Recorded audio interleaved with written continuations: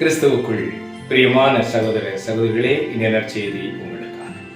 இந்த மத்தேயு நற்செய்தி 6ஆம் அதிகாரம் 19 முதல் 23 வரை உள்ள இந்த இறை வார்த்தைகளிலே நமது கிறிஸ்தவ வாழ்வின் பண்பை குறித்து கூறுகிறார் இறைமகன் இயேசு. இந்த பண்பு நம்மிடம் இருக்கின்றதா என்று இந்த செய்தி முடியும் பொழுது சிறிது தியானியுங்கள். ஒன்று, விண்ணக செல்வத்தை சேர்க்க வேண்டும். இரண்டாவது, உங்கள் கண்கள் பரிசுத்தமானதை பார்க்க வேண்டும். இந்த இரண்டு காரியங்களை எவ்வாறு ஒன்றோடு ஒன்றிணைத்து இறைவன் இயேசு நமக்கு கற்றுத் தருகிறார். அன்பானவர்களே, இந்த உலக செல்வத்தை சேர்த்து அதிலே பெருமை கொள்கின்ற மனிதர்களுக்கு ஆண்டவர் கூறுகிறார், இந்த விண்ணக செல்வம் உங்களுக்கு வசதியை தரும், ஆனால் மகிழ்ச்சியை தராது. அதிகாரத்தையும் அந்தஸ்தையும் தரும், ஆனால் அமைதியை தராது. இங்கே நிறைவு இருக்காது. அந்த செல்வம் இன்னும் வேண்டும் வேண்டும் வேண்டும் என்று ஓய்வின்றி ஓடச் செய்யும். நிறைந்த வசதி உள்ள ஒரு மனிதரிடம் கேட்டு பாருங்க, நீங்க நிம்மதியா இருக்கீங்களா, அமைதியா இருக்கீங்களா என்றா, இல்ல பிரதர், வசதி இருக்கு ஆனா அமைதி இல்லை. வட்டி கிடைக்கல, பேங்க் இன்ட்ரெஸ்ட் என்னன்னு தெரியல, ஷேர் மார்க்கெட்ல போட்ட என்ன ஆகுன்னு தெரியல, இனி கவர்மெண்ட் ரெய்டு வந்துருமோன்னு பயமா இருக்கு, சொத்து வாங்கலன்னா அதுக்கு லிமிட் வச்சுட்டாங்க, இதை பாதுகாப்பது எப்படி, பிள்ளைகளுக்கு பிரித்து கொடுக்கும் பொழுது என்னென்ன பிரச்சனைகள் வரும் என்று நிகழ்கால அமைதியும் இழந்து வருங்கால அமைதியும் இழந்து எந்த நிம்மதியும் இல்லாத வாழ்க்கை வாழ்கின்றவர்கள் தான் இந்த உலக செல்வத்தின் மேல் பற்றுள்ளவர்கள். இந்த செல்வத்தை பூச்சி அழித்துவிடும், ஒரு நாள் ஒன்றும் இல்லாமல் ஆகிவிடும்.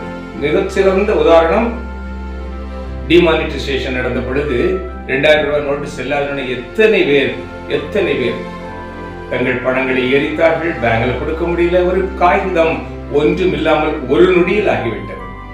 பூச்சி அரித்துவிடும், இல்லாமல் ஆகிவிடும். அழகும் அந்தஸ்தும் அதிகாரமும் ஒரு நாளில் ஒன்றும் இல்லாமல் ஆகிவிடும். உலக மக்கள், உயர்ந்த தலைவர்கள், உன்னத தலைவர்கள், Napoleon Bonaparte, Hitler, Idi Amin, Abraham Lincoln, John F Kennedy, எங்க போனாங்க இவங்கெல்லாம்? இதெல்லாம் ஒரு நாள் ஒன்றும் இல்லாமல் ஆகிவிடும்.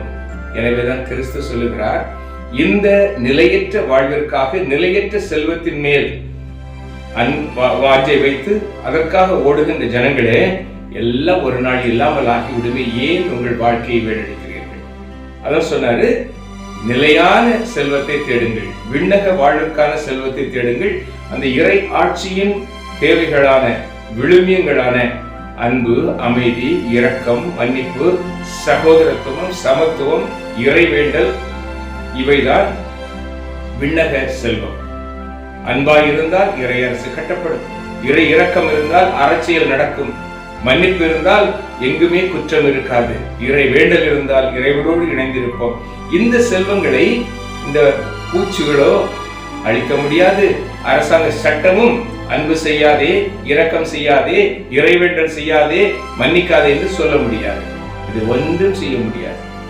இவ்வாறு நாம் வாழும் பொழுது நாம் நிலைவாழ்வுக்கு செல்வத்தை சேர்த்து நிலைவாழ்வுக்கு தகுதியுடையவர்கள் ஆவோம். எவ்வாறு நமது கண்கள் இருளாய் இருந்தால் உடல் முழுவதும் இருளாய் இருக்குமோ, அதுபோல நமது ஆவியின் கண்கள் இருளாய் இருந்து உலக பிரகாரமான செல்வங்களின் மேல் வாஞ்ச வைக்கும் பொழுது நமது நிலைவாழ்வும் இருளாகி போய்விடும், நரகத்திற்கு ஆளாகும்.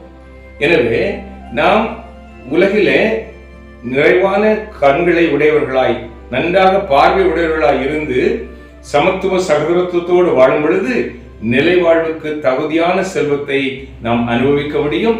இந்த உடலும் ஒளி உள்ளதாய் இருக்கும், ஒளியின் மக்களாக திகழ்வோம். எனவே விண்ணக செல்வத்தை சேர்ப்போம். விண்ணக ஆவியின் துணையோடு நமது கண்கள் இந்நிலைவாழ்வுக்கு தகுதியானவற்றை காணும்படி செய்து இந்த உடலையும் ஒளியின் ஆலயமாக வாழ வைப்போம்.